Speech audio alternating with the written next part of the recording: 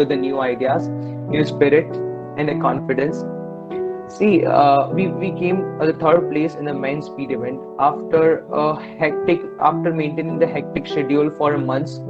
After bunking many of the classes just for the HPVC, we came at the third.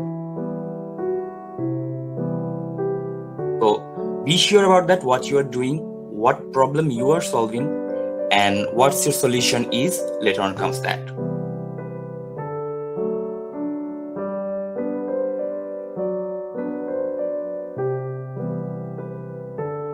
Their time and experience with us. I would also like to thank the committee for organizing this event.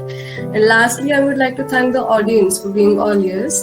I hope the event did fulfill its purpose and it did kindle an inclination towards the participation. Thank you so much, everyone.